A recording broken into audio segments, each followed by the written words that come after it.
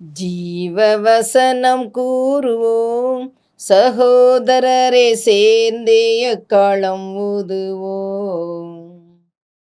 கர்த்தருடைய நாமத்திற்கு மேன்மை உண்டாவதாக.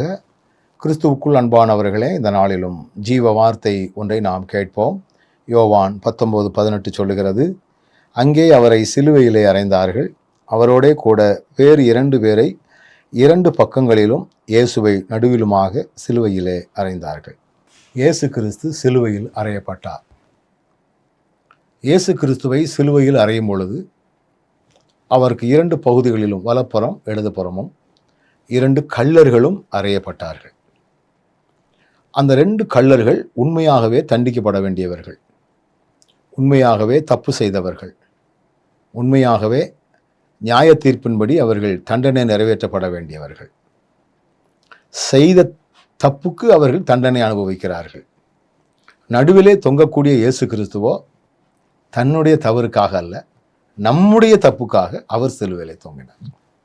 பாவமே செய்யாத அவர், பரிசுத்தமாய் இருந்த அவர், இப்பொழுது சிலுவையிலே அவரை அறைந்து கொல்வதற்கு முற்படுகிறார்கள். கள்ளர்களின் நடுவிலே, கள்ளர்களில் ஒருவனாக பார்க்குறவங்களுக்கு என்ன நினைக்கும்? ஐயோ, இவருக்கு இது தேவையா? இந்த தப்பெல்லாம் பண்ணணுமா? அப்படிதான் நினைப்பாங்க. ஆனால் அவர் தப்பே பண்ணலைங்கிறது ஆண்டவருக்கு தெரியும். எனினும் கள்ளர்களோடு இணைந்து அவருக்கும் ஒரு இழிவான பெயர் வரக்கூடிய அளவிலே கள்ளர்கள் நடுவிலே அவர் அறையப்பட்டார். எவ்வளவு பெரிய அவமானம்! பரிசுத்தமுள்ளவர், அவர்தான் தேவன், கள்ளர்கள் நடுவிலே அறையப்பட்டார். நமக்காக, எனக்காகவும் உங்களுக்காகவும் அவமானத்தை கூட அவர் பொருட்படுத்தாமல் சிலுவையிலே அவர் தொங்கப்பட்டார்.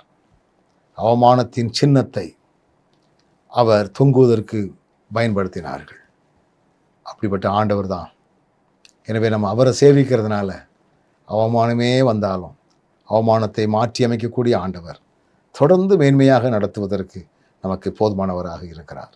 அவருக்கே அந்த நெருக்கம் என்றால் நமக்கும் சில நேரங்களில் துன்மார்க்கரோடு சேர்ந்து சில அவப்பெயர்கள் வரக்கூடிய வாய்ப்புகள் வரலாம். ஆனாலும் தைரியமாக இருங்கள், கர்த்தர் உங்களை அறிந்திருக்கிறார். நல்ல ஆண்டவரே, நாங்கள் உம்முடைய அடிச்சூடுகளை பின்பற்றி வருவதற்கு தேவையான பலனையும் கிருபைகளையும் தந்து வழி நடத்தும். இயேசுவின் நாமத்தில் ஜெபிக்கிறோம் நல்ல பிதாவே, ஆமென்.